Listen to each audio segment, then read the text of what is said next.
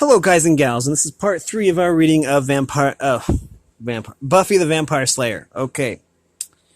This is a novelization by Richie Tankersley Cusick. It is based on a screenplay by Joss Whedon, and it's basically based off of a novelization based off of the movie. So,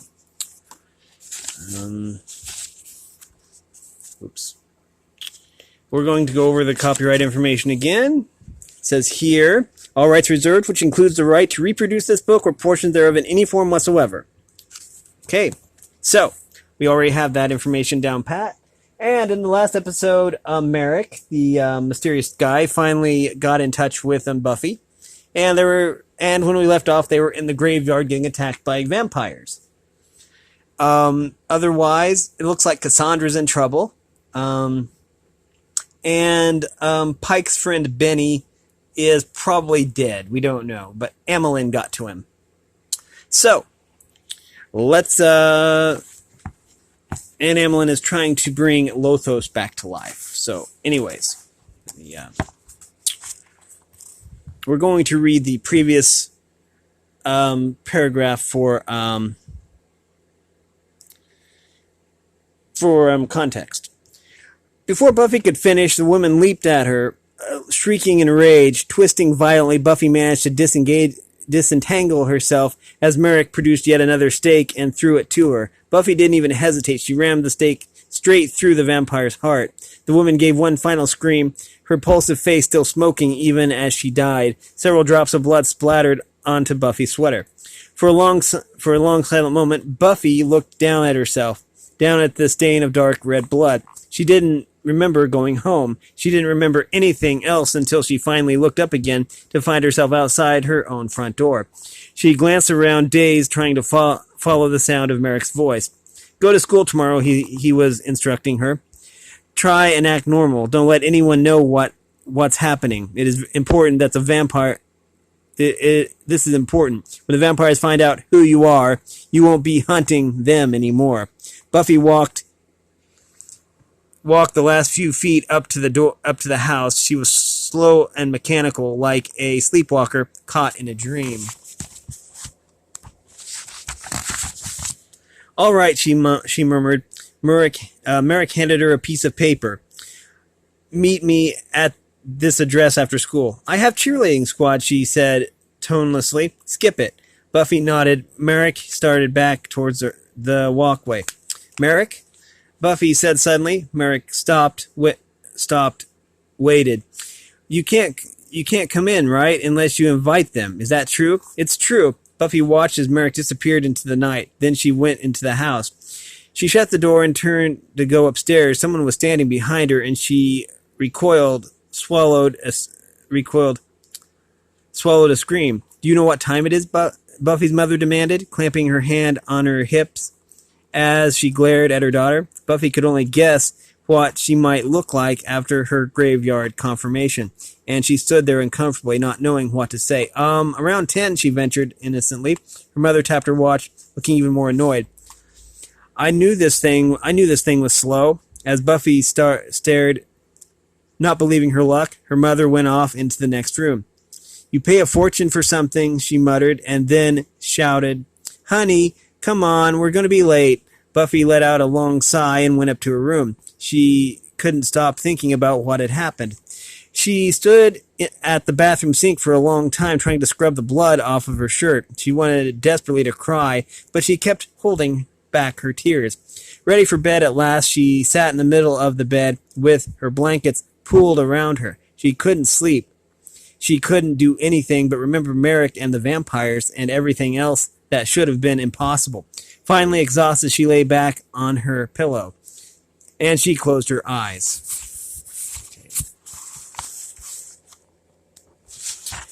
We are to Chapter 12.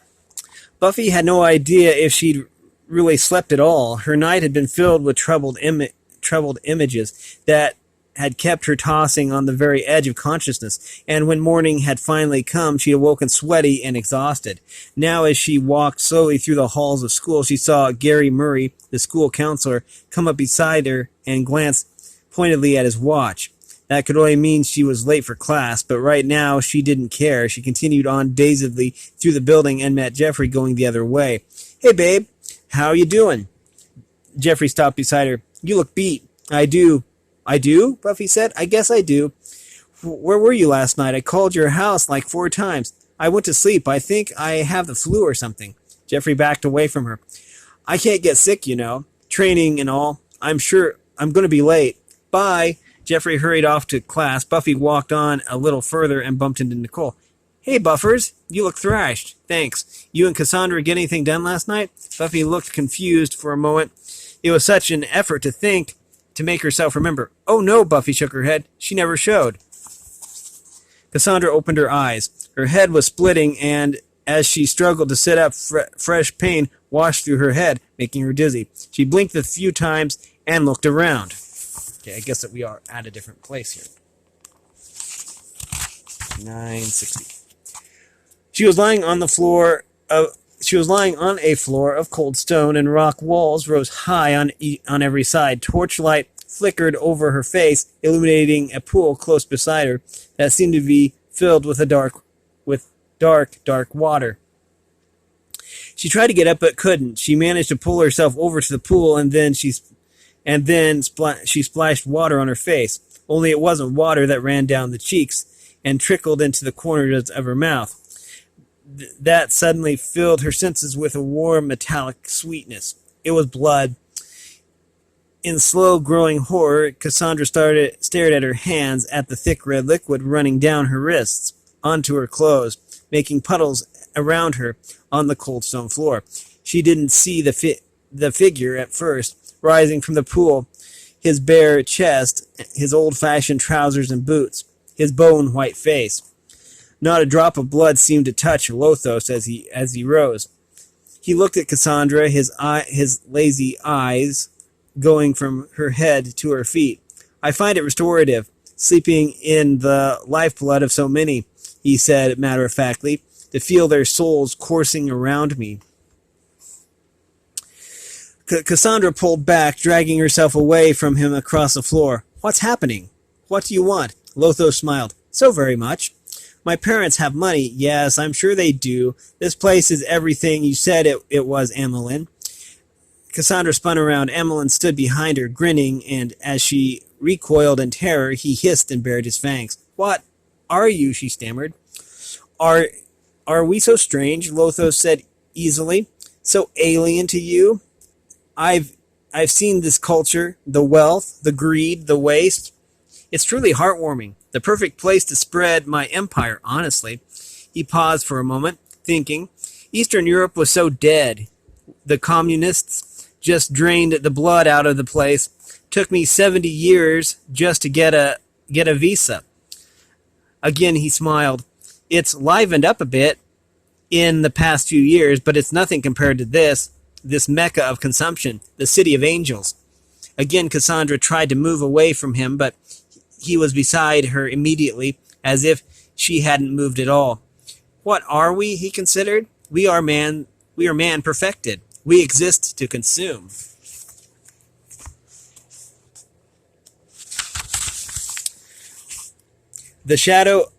In the shadows, Emmeline mouthed the words along with Lothos, his eyes tuned to the ceiling, as if he'd heard the speech 100 times before. Cassandra fumbled frantically in her purse. She pulled a plastic credit card out of her wallet. "Here, look, my gold card. It's yours. I'll never report it." Emmeline snatched it from her and looked it over. "What do you say?" Lothos said smoothly. "Do we change this one, or do we just kill her?" Emmeline bit into the card. "I don't think this one is gold." "Listen," Cassandra babbled desperately. You don't want me, you want bodies.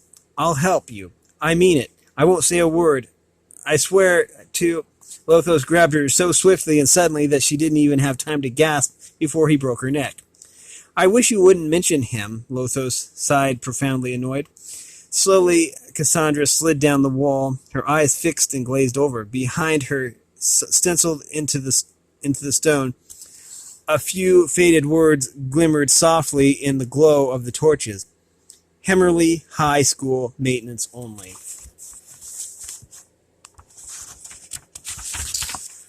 Chapter 13. The other girls were already suited up for cheerleading practice when Buffy wandered into the dressing room. She put her bag down on the floor next to her locker and looked around listlessly, as if wondering how she'd gotten there. I didn't think you'd show today, Nicole said, studying Buffy with a puzzled frown. I'm going to practice, Buffy mumbled. Cool. See you out there. The girls left Buffy to undress. As she started to unbutton her jeans, she suddenly spotted Merrick standing at the end of the lockers, staring at her. Startled, she jumped back. What are you doing here? What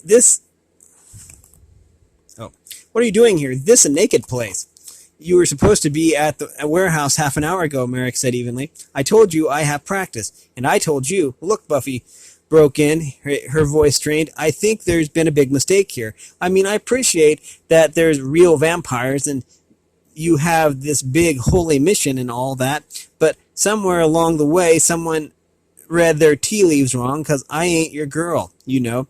I think there's a girl with big, manly muscles and maybe a yucky girl mustache who's just waiting for someone like you. I don't think I'm up to this, and just between us, she gave him a meaningful look, neither do you. Merrick was silent for a moment, letting Buffy's speech sink in. It's true, he conceded at last. You're not what I expected. See? Certainly you're unprepared. Don't I know it? Untrained, clumsy, without a doubt, the most vacuous candidate in my entire... Okay, Buffy cut him off irately. I think we both get the point. Merrick nodded. I guess there's nothing more for us to talk about. I guess not. Buffy stood there for a moment, watching as Merrick headed towards the door. Good luck and all, she added lamely. Merrick turned and looked at her. Oh, and one thing. Yeah? With lightning speed, Merrick hurled a knife straight at her head. Before Buffy even had time to blink, she had already caught the weapon, only inches from her face. Buffy froze, eyes fixed on the knife in her hand. And then she burst into tears. You threw a knife at my head. It was a reaction Merrick hadn't expected, and it took him a second to answer. I had to test you, he tried to explain, but you threw a knife at my head. And you caught it, he insisted cheerfully. Only the chosen one could have done that. Don't you get it, Buffy wailed. I don't want to be the chosen one. I don't want to spend the rest of my life chasing after vampires. I just want to graduate from high school, go to Europe, marry Christian Slater, and die. It may not sound too exciting to a stonehead like you, but I think it's swell. And then you come along, and then I'm a member of the Hairy Mole Club, so you throw things at me. As Merrick watched in dismay, Buffy seemed to exercise every ounce of control to pull herself together. And then, slowly and deliberately, she began coming at him, her eyes blazing with anger. Merrick began to back up. It was necessary. He held out his hands trying to soothe her, but Buffy was beyond being comforted. Last night, she said furiously, in a slow awareness growing in her eyes, you knew I was sitting on a fresh grave, didn't you? Merrick took another step away, shaking his head. I don't think you understand the full implication of...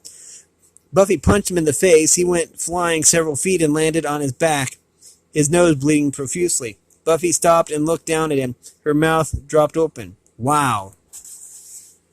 The warehouse was gray and old and dusty, long since abandoned. Despite the layers of grime that caked its large windows, sunlight still managed to seep in, probing the shadows.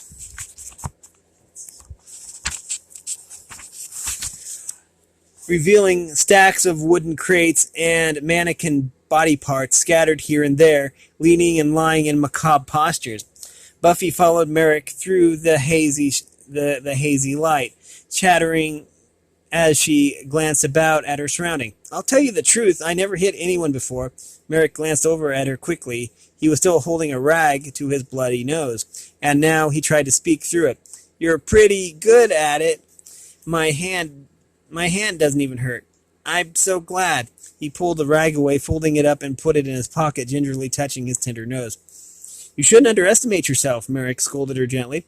You've got powers you've only just begun to tap. Mental prowess you've never dreamed of. I've administered a few shocks to your system to start the adrenaline working. I'm sorry I had to take so many shortcuts in the training process. As he spoke, Buffy continued to look around at the dim warehouse and its contents. She ran one finger slowly along the top of a crate, then gazed down at the thick film of dust she'd acquired. Am I the only one? She asked quietly. What? The only Slayer? Are there more? Do they have support groups or anything? There are girls, Merrick informed her, all over the world who are different, who have the potential to become Slayers, but only one is chosen.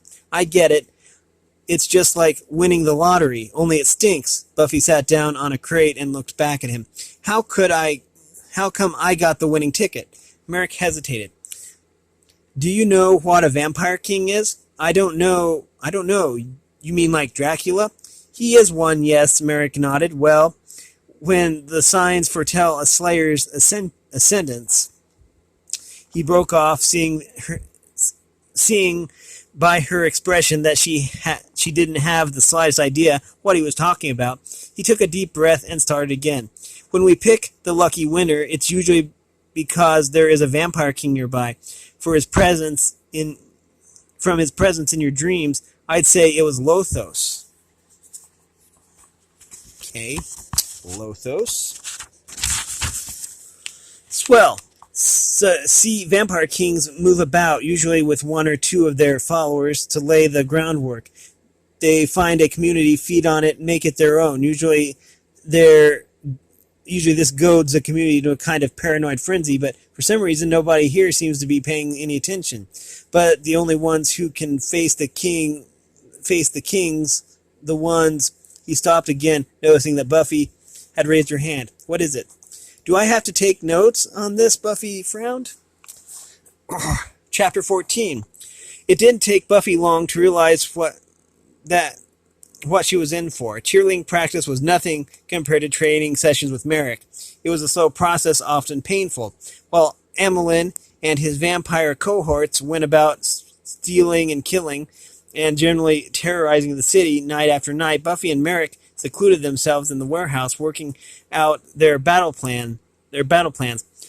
More than ever now, Buffy felt the need to keep herself in top physical condition. She did endless gymnastic routines, while Merrick sat nearby on a crate, reading obituaries and circling certain entries.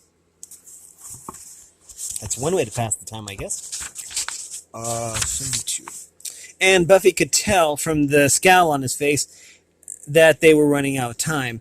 Being late for school was becoming a habit. Every morning now, Gary Murray watched Buffy trailing along the hallway, and she knew he kept a careful record of her tardiness.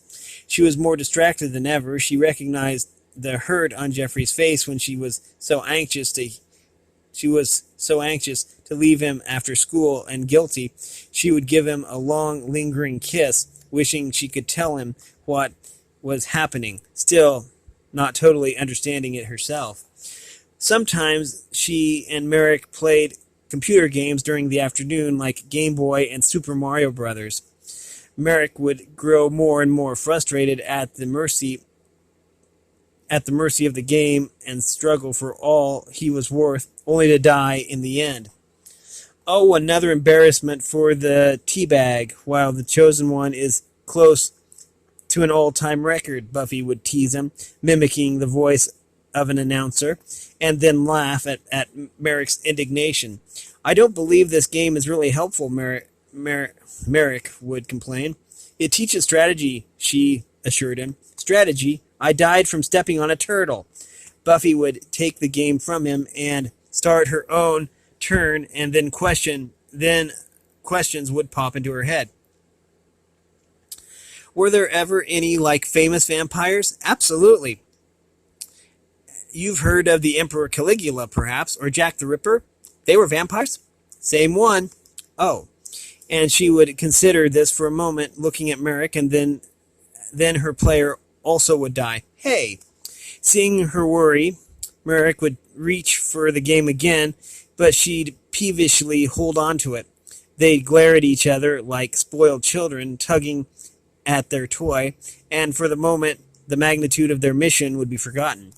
Merrick never let up Even when Buffy felt like dropping from exhaustion, he made her work. He would spar with her, working back and forth in and out between the crates. He knew Buffy was his superior in speed and strength, yet he could still trip her easily, and she grew more determined than ever to beat him.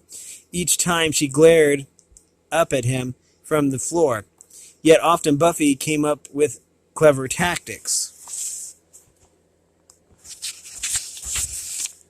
of her own, things that both surprised and amused Merrick, while causing him at the same time to roll his eyes heavenward and ask for strength. It had been entirely Buffy's idea to go into a church one afternoon and find a priest. "Excuse me," she said, approaching hesitantly as the priest turned with a beneficent smile. "Yes, my child, is something troubling you?" "Well, sort of," Buffy bit her lip, and the priest nodded encouragingly.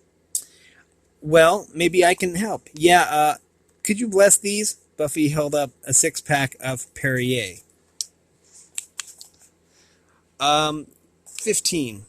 Lotho sat in his secret place, sallow torchlight sputtering across the dark surface of the pool, and the air was thick with the odor of warm, rich blood. He held a dead girl in his arms. Her body was draped gracefully across his lap. To an innocent onlooker, it could almost have been a beautiful scene, a romantic and poetic scene reminiscent of Michelangelo's Paella. Lotho sat perfectly still. His eyes were calm, hazy, with a faraway look. And then, in the deep, deep silence, he belched. That was Chapter 15. Chapter 16. Buffy's grueling education continued. Hour after hour, she sat in the warehouse listening to Merrick's lectures and explanations, wondering when it would all end, wondering how she could possibly remember it all. Sometimes she grew so weary that she'd sit staring at her mentor, staring but not really seeing him, not even really hearing him anymore, just doodling in her notebook and nodding from time to time in a mechanical way. Merrick wasn't fooled. Lothos was probably born in the 11th or 12th century, Merrick sermonized one afternoon. He's been difficult to trace. His power has increased with age. It will be a long while before you are ready to face him, the old man sighed. We'll be lucky if we can get him to leave the area, to lie low for a while. That will scatter the rest of them. Lothos is, his voice trailed off as he looked down at Buffy. She hadn't acknowledged him for some time and was staring raptly at her notebook. Is extremely powerful, Merrick went on slowly, but he is still a vampire and vulnerable to the same.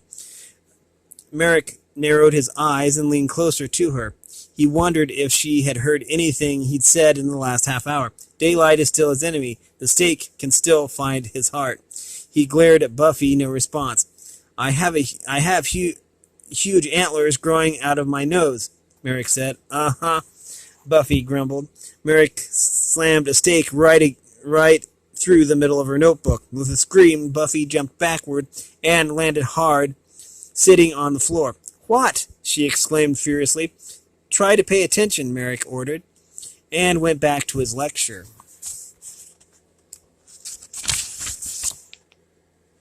It seemed Merrick never ran out of things he thought she should know. When the afternoon sessions dragged long into the night, Buffy drank cup after cup of coffee and tried to stay awake. She didn't even realize how worn out she was until the day in class when Nicole tried to cheat off her during the test, and Buffy slumped and fell over, fast asleep. She supposed it was inevitable that she would end up in Gary Murray's office sooner or later.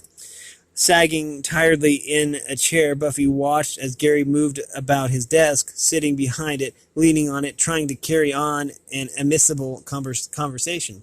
She could hardly concentrate on what he was saying, but for some strange reason, she was acutely aware of a fly that was buzzing around Gary's head. Well, I think we can safely say that something's going on with you, Buffy, Gary said, in the friendliest manner. Now, there's nothing to be nervous about. You're not in any trouble. Don't think of me as Gary Murray, administrator. Think of me as Gary Murray, party guy. Happening dude who can talk to young. Tell me, he leaned forward conspiratorially. It's stress, isn't it? Buffy saw his lips moving, but suddenly her mind was out of the office and far away. She was thinking about the mall, how she'd gone there recently with Nicole and Jennifer and Kimberly, and now suddenly she had seemed so different from the rest of them. Her mind shifted, wavering between her memory and Gary Murray's office. The fly was buzzing again, louder and louder in her brain.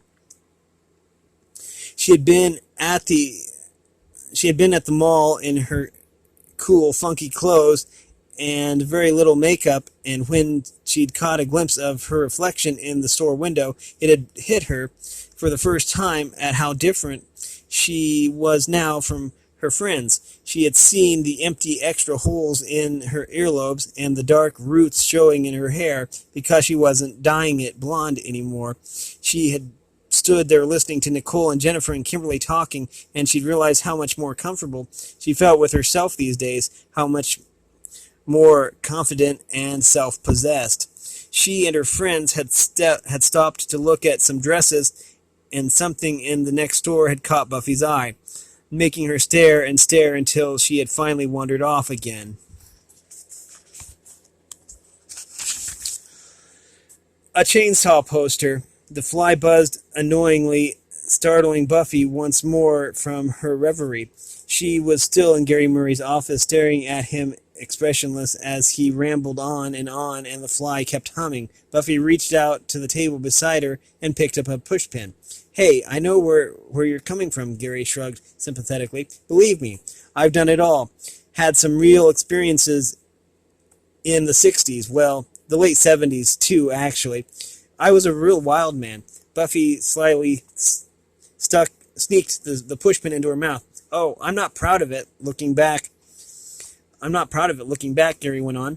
He was leaning over the desk now, looking right at her, and the fly was buzzing louder and louder and louder. "Sure, I made mistakes and thought I was cool." Gary shook his head ruefully. "And I thought, hey, I know all there is to know about life. I don't need any advice from that other generation." What did they know about anyway? Buffy watched Gary as he glanced away for a second and spit out the pushpin. The buzzing stopped. In the warehouse that night with Merrick, Buffy sparred with renewed strength, maneuvering expertly around the crates with a stake clenched tightly in her hand. This time she pinned him. As Buffy looked down at Merrick, she aimed the stake at his solar plexus.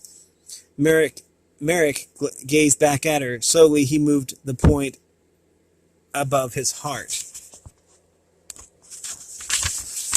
Chapter 17. Pike lay across the bed as the posies blasted "Help Yourself" from his stereo system. His room was in a total shambles, a state he considered comfortable and which didn't bother him in the least. Outside his first floor window, the night stretched out endlessly and still. He didn't see the sudden stirring of the darkness, or the figure creeping slowly towards his house. Benny pressed close to the window, trying to peer into the room. His face was as familiar as always, yet there had been something frighteningly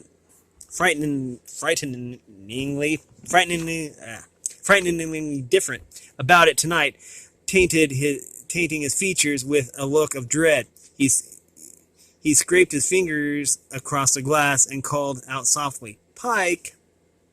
We're going to have to end it here and find out what happened between Benny and Pike. We have been reading from Buffy the Vampire Slayer. If you like this content, then make sure you like and subscribe, ring the bell so you know when I upload. Also, if you want to support me in any way, all that information will be in the description below. As always, thanks for watching, everyone, and have a great day.